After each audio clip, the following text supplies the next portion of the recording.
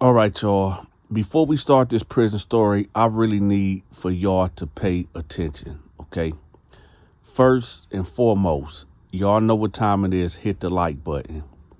Second, if you can, share this video because somebody kid, somebody teenager is going to need to hear this one. All right.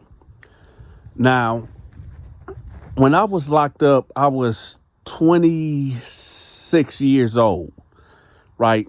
And I was in the middle of my bed. Now, at this time, I didn't have no cellmate. I ain't have a cellmate in almost a week, and that's a blessing. So, but I knew I was going to get a cellmate anyway because there was two-man cells, and you're going to get a cellmate. It ain't no ants about it. So, nevertheless, the guard tell me to stand up, and I got a bunkmate. So I get up, get handcuffed, go to the back of the cell, and they let the guy in. I turn and look over my shoulder because I need to know who's coming in this cell. And it's a teenager. It ain't just a teenager coming in here. I know this kid. This kid is my ex-girlfriend's son. So I turn around and I'm like, Jay?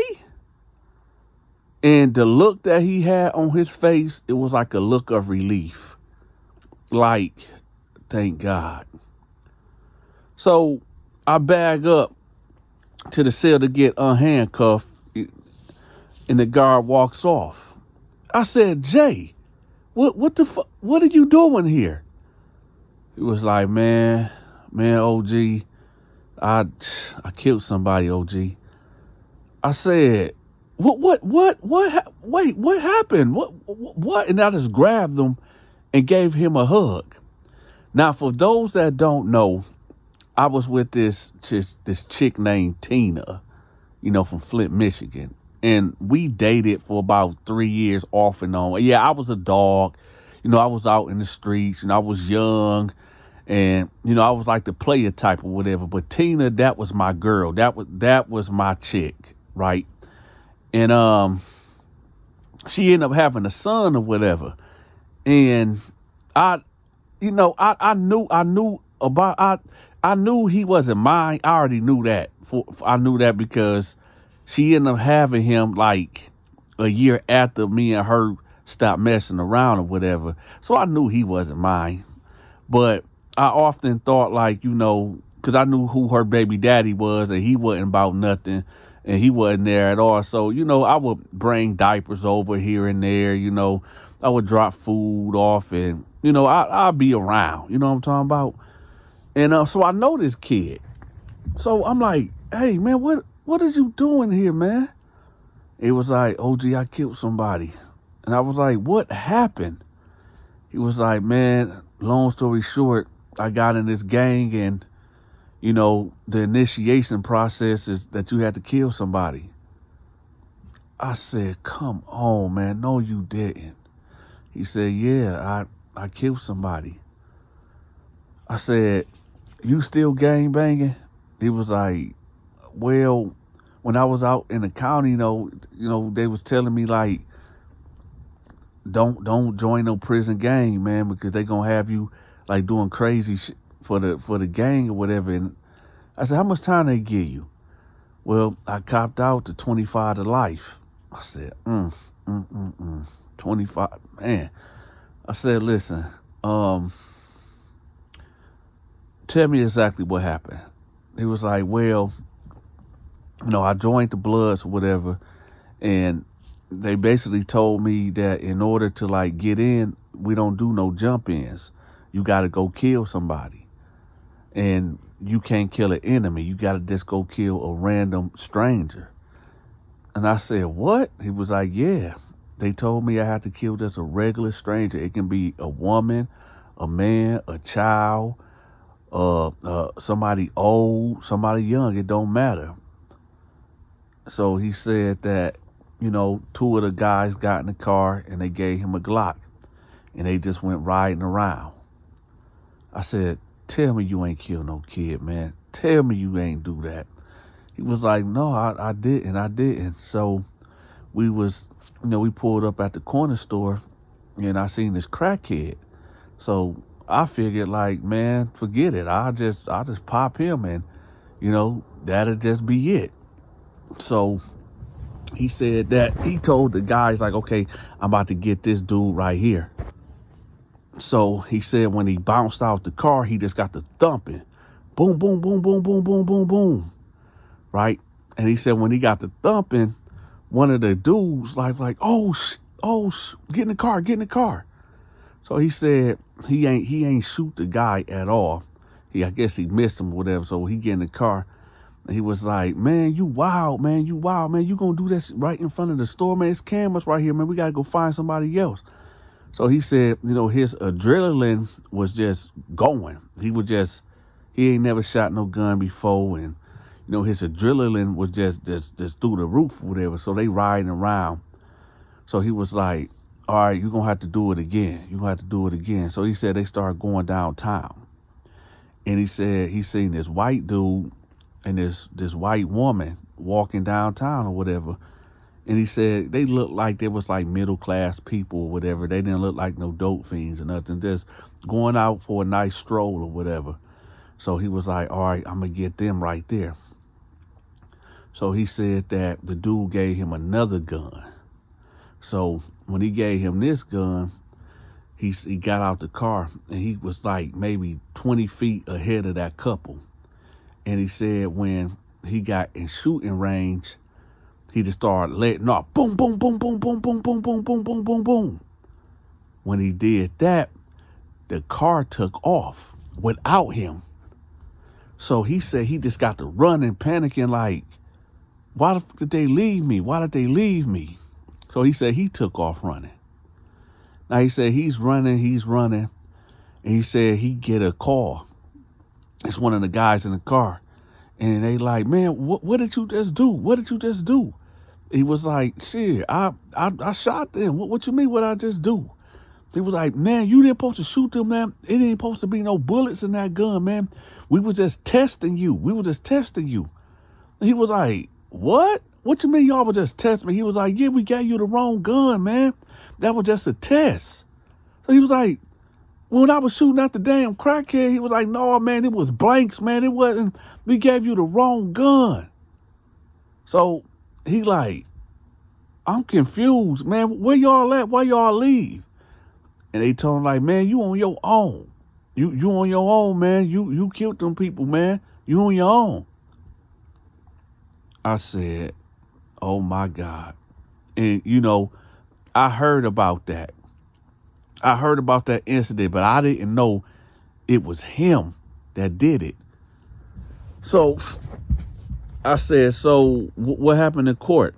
He was like, man, I took it to trial, and, they asked me, I didn't snitch. I didn't tell. So they gave me the 25 to life. I said, listen, man, so I'm going to tell you this. I'm going to tell you, and this is the reason why I want everybody to share this video. I'm going to keep it real with you. Right? These other niggas ain't going to keep it real with y'all, and I'm going to keep it real with y'all to 100%. Now, what I'm about to say might rub some of you cats the wrong way. What I'm about to say might, some of y'all might not agree with me, but I'm just being real. If you commit a crime, okay? If you commit a crime and there's other people with you and all of y'all agreed to commit this crime and you get caught, keep your mouth closed and do your time. All right? I don't give a damn about that no snitching thing. But hold on, y'all. Wait a minute. That ain't it. This is the part that y'all going to disagree with. Now, like I said, if you go commit a crime with somebody and you get caught, keep your mouth closed, go do your time. Right? However, if you go commit a crime with other people and you get caught and they get caught and let's say somebody die and everybody keeping their mouth closed and all of y'all gonna get charged for it, and 9 times out of 10, if nobody starts snitching or whatever, y'all all gonna probably get life without parole. Listen to me very carefully. You better tell. Tell. Y'all like, what, Dante? What you mean tell? You can't, that's breaking the street code. You going against the G code. What street code? What G code? What street code? Oh, the streets got a code? I couldn't tell. I couldn't tell. The last time I checked, every nigga that tried to kill me, violated the so-called street code, the G code. Every time somebody tried to rob me, they wasn't following G code, right? All my victims and people that tried to victimize me was all from the streets, breaking all types of codes.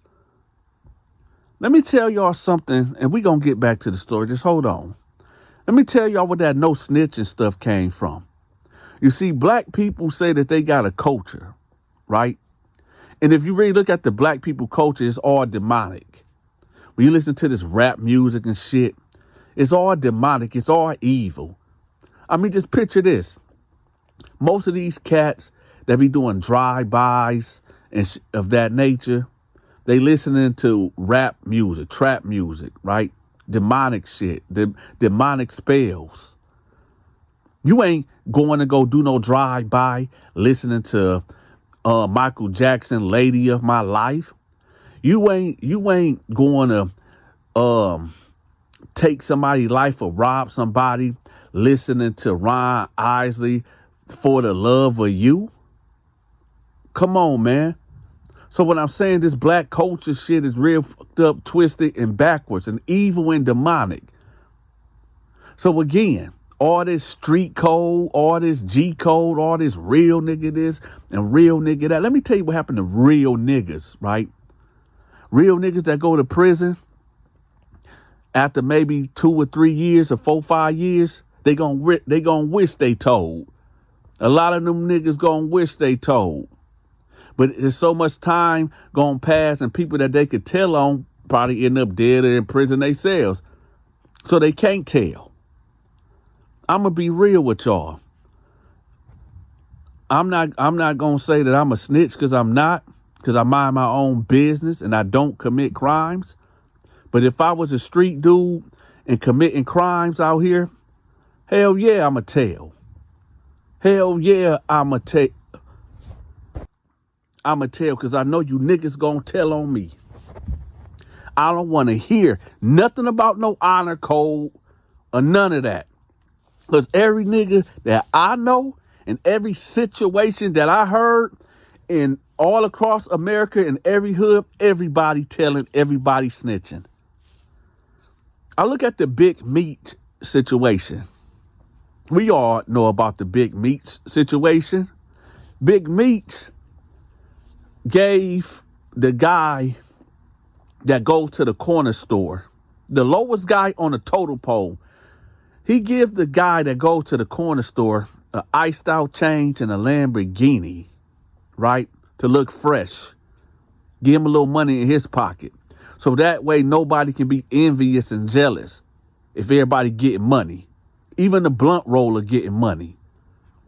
So if Big Meat that did it the best of all drug dealers, and he showed all that love and they still snitched on him and told on him, come on, man, I don't want to hear no loyal nothing. And for all these niggas, all these new dudes out here, oh, that's my brother. This my brother. Understand this, and this gonna hit y'all where it hurts at. We finna get back to the story. Understand this. For the people that don't read the Bible, the first murder that happened in human history was 2 brothers. Cain killed his brother Abel out of jealousy and envy. So always remember that when y'all be talking about, oh, this my brother. Right. Got you. I got you. And for them Muslims, these black Muslims, that be tearing up my comment section, talking about, oh, Donta, you wrong, and Allah this and Allah that. Nigga, you was raised Christian. The only reason why you niggas turned Muslim either because y'all was scared, wanted protection, or it was just a fad. You niggas was bored and ain't have nothing to do. You niggas out here betraying y'all God. Every nigga that I know that claimed that they Muslim, that killed another Muslim, didn't value another Muslim life. That's what y'all supposed to do. Value if you a Muslim, you supposed to value and protect their property and their life with your life. I don't see that going on. Every nigga that I know that became a jailhouse Muslim, you niggas killing each other, still selling dope, eating pork on the low, ain't doing your 5 prayers a day, none of that. So miss me with all that fuck shit. Like I said, any nigga out here that's trying to sell drugs or commit crimes, hey man, y'all better, and if you got a crew, I guarantee you, if it's about 5 or 6 of y'all, 1 or 2 of them niggas are informants. I tell you that for a fact. If you got a crew of 8 or 9 dudes, at least 2 or 3 of them dudes are informants, and they tell him everything. And how the feds work, they'll let you keep going. They'll let you just they give you all the rope that you can have, all the rope that you can handle before they swoop in and come get you. And so when you sitting on that stand and your so-called brother, right, your rider that was busting his hammer out there with you, robbing, stealing, selling drugs and all that, he gonna be right there in that suit pointing right at you. Y'all keep thinking it's a game. So when I say tell, it ain't no motherfucking honor. You niggas gonna be sitting in that jail cell. Yeah, I'm real. But then you know your baby mama that you just so in love with, she stopped writing you. Because now Antoine, one of your homeboys, is now with her now. So she ain't answering the phone. She ain't writing you no letters, ain't putting nothing on your books. You know your mama is getting Social Security. So she barely can pay her bills, so she can't keep putting money on your books. And your whole family don't mess with you anyway because you was a thief. Nobody felt sorry for you. One of the biggest things that I know that I done came across, that every nigga that been locked up before, y'all know this to be true. Out of sight, out of mind. In prison, that's the thing. Out of sight, out of mind. People forget about you. They ain't thinking about you. And the first thing you want to do, blame everybody? Nah, blame yourself. Because life still go on. Now let's get back to this prison story. Do me a favor, y'all. Let me know. Just let me know this right quick. Just a little poll right quick. Would you rather have $1 million or would you rather have a Bitcoin? Let me know in the comment section. Would you rather have $1 million tax-free or 1 Bitcoin? Y'all let me know how y'all feel about that in the comment section. Now let's get back to it. So I tell them like, so wait a minute. Let me get this straight.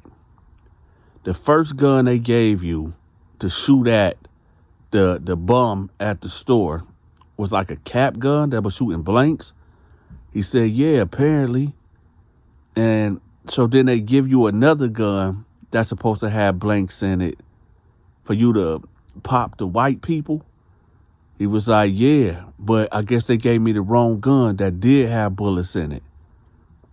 I said, so what did you tell the DA office? What did you tell your lawyer?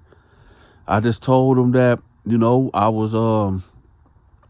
was just basically grew up in a bad environment, and I got a single mother, and I was raised by a single mother, and I had bad influences around me, and I just went out to rob them, and I ended up killing them, and I'm sorry.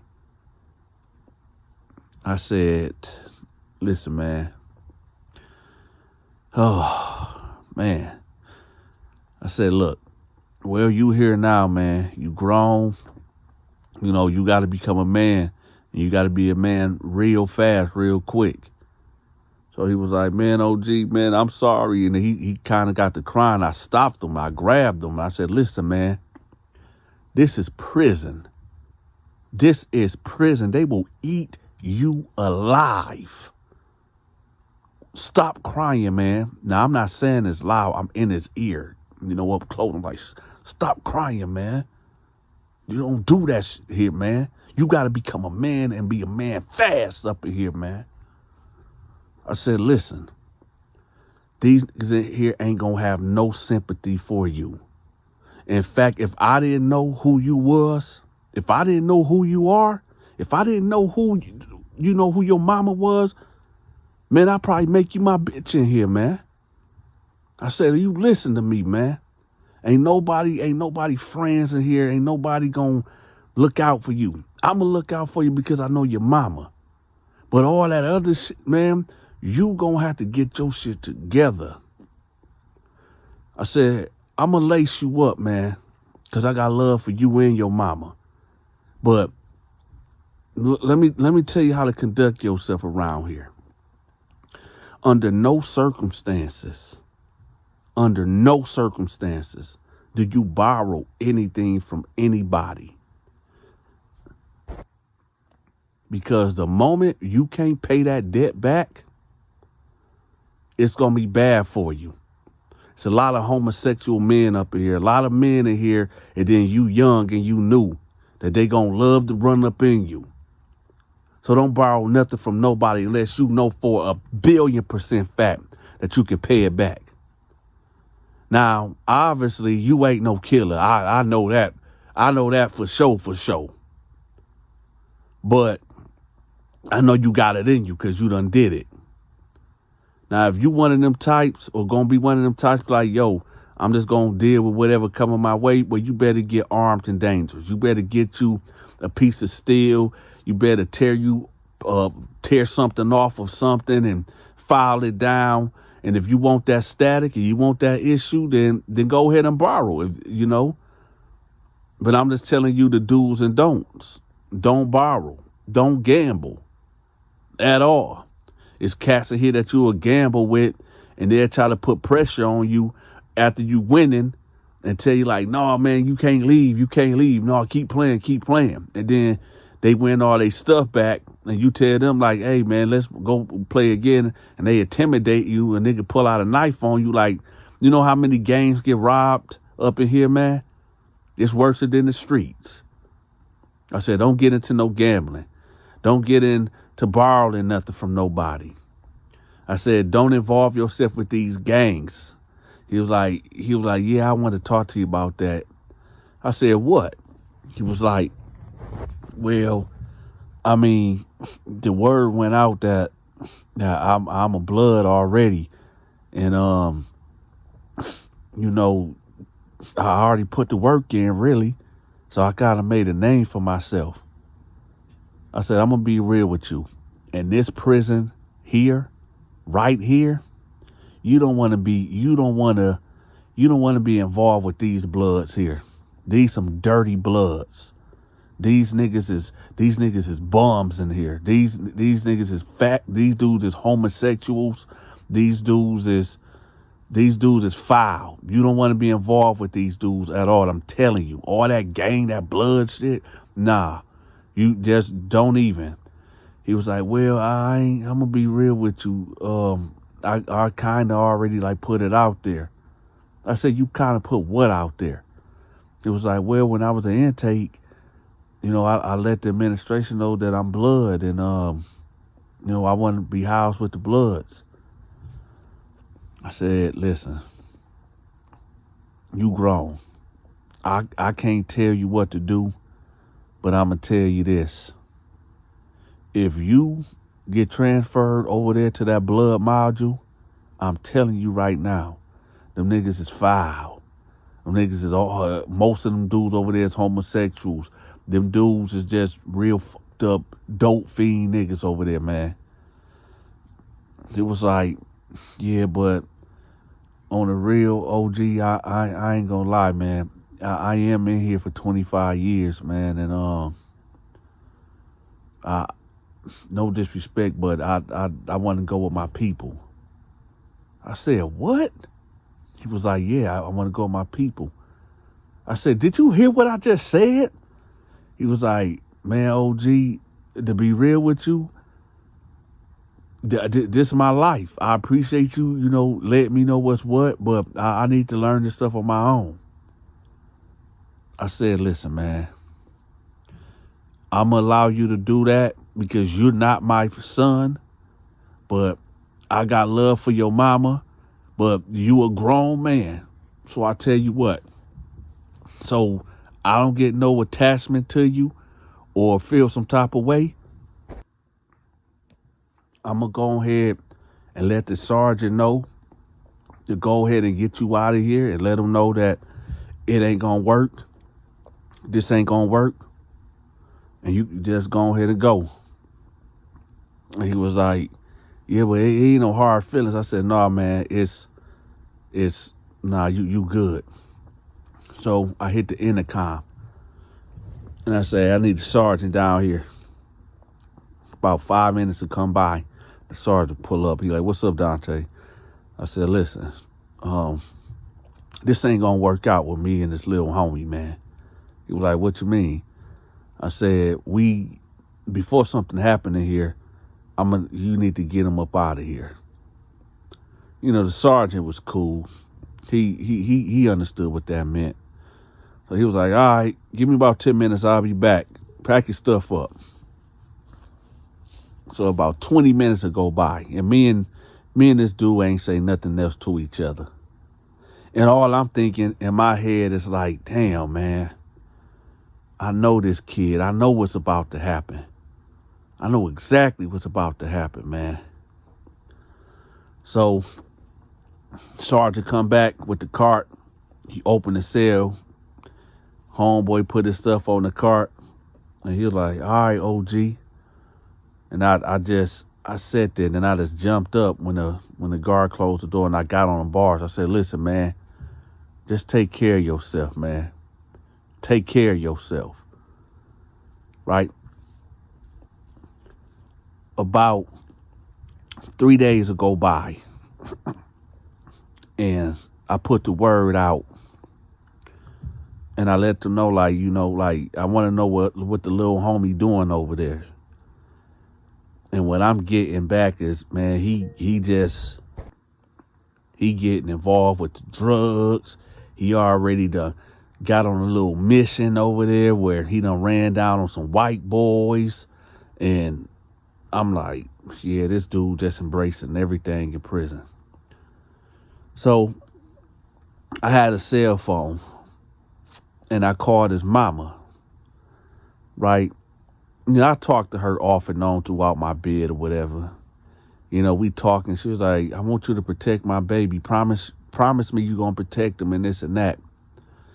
And I just straight up told her, I said, listen, your son, I had him in the cell with me a couple days ago. And he just flat out told me like he his own man and he going to do what he want to do. And she was like, man, I told him not to. Man, please don't let nothing happen to him. I said, I'm going to tell you. He done joined the gang up in here.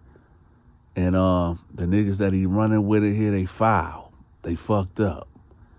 And he that's what he want to do. That's what he want. He embraced the life. She was like, please, Dante, please. I said, let me tell you, I there's nothing else I can do. I can't do nothing else for him. He done made his bed. And then the alarm started going off. So I said, hey, hold on, I'm going to have to call you back. So I hang up the phone. I put it in my spot. The guards is running. Now, when a certain call get cold, I said a certain call get cold.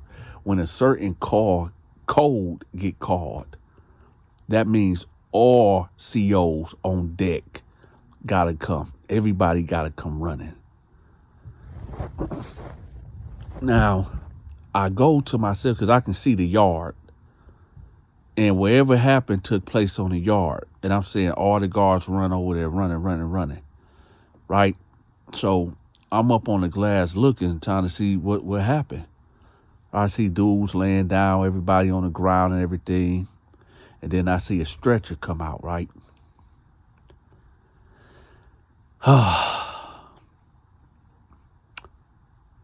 When the body was being transported across the yard running, because, yeah, people get stabbed like every other day in this prison. It's not normal to see somebody getting, poked up or whatever. But then I seen it. Then I seen him. Yeah, y'all, it was him. It was the little homie. Now, I'm going to tell y'all what the little homie looked like. Dude was nothing but maybe 5'11". He could have even been 6 foot. Maybe 140 pounds, give or take. Kind of light-skinned. So when I see his flesh, the redness, the pink, his flapping skin, somebody tried to take his head off his head. They gave him a $150 underneath.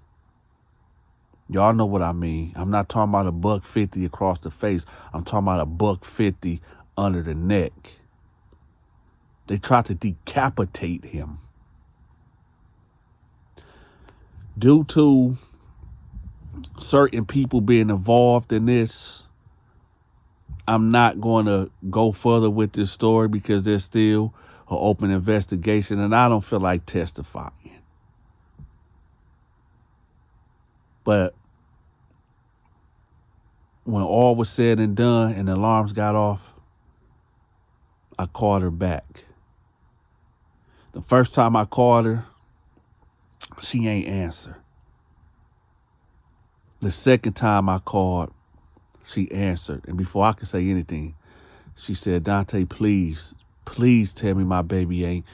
Please tell me that wasn't my baby. Please tell me.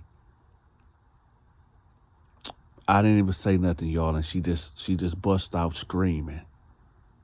She just bust out screaming. And I just sat there listening to her. And I just hung up the phone. Listen, again, I need y'all to share this video because there's a lot of kids, a lot of juveniles, like for real, that's out here just doing. Listen, I created an email for people to send me stories and news clippings so I can retell certain stories or whatever. But then I had to get rid of the email because it was so much coming in. And I was like, yo, this cannot be going on. People cannot be really doing this to people. Now, I know, listen, I grew up in the 80s. Well, I was born in the 80s, raised in the 90s, made my bones in the 2000s, right? So I've been here almost 4 decades. I done seen a lot. I done been involved in a lot. So don't nothing really too much can, shock me or make me like, huh? But it's so rampant now. It's like every fucking day. It's like 20 things, 30 things is going on. And I'm like, yo, this cannot be going on. And I thought about it. It is going on. Crime is crazy. It ain't just the black folks neither. You got white folks wilding out too. Just like not too long ago in Grand Blanc, Michigan, this white dude ran his truck into a church, a big church out there in Grand Blanc. Ran his truck into the front door, went throughout the church. It's just full service, y'all. Started shooting at people, poured gasoline all over the church and set it ablaze. Like some real Grand Theft Auto type shit. I be wondering what set this dude off. What was the backstory? Because you just not waking up just running your truck into the church on Sunday morning and getting the busing at random people and then set the church on fire. What was the backstory? Did they harm you? Did the pastor do you dirty? What happened? I'm not saying violence should be the first thing, but if it could have been rectified or settled, another way. But no, he had his mind made up that he was going in there to run that truck in front of the church, shoot at people, and burn the whole church down. It was a big old church, y'all. Prison ain't no joke. This is why I tell these prison stories. This is why I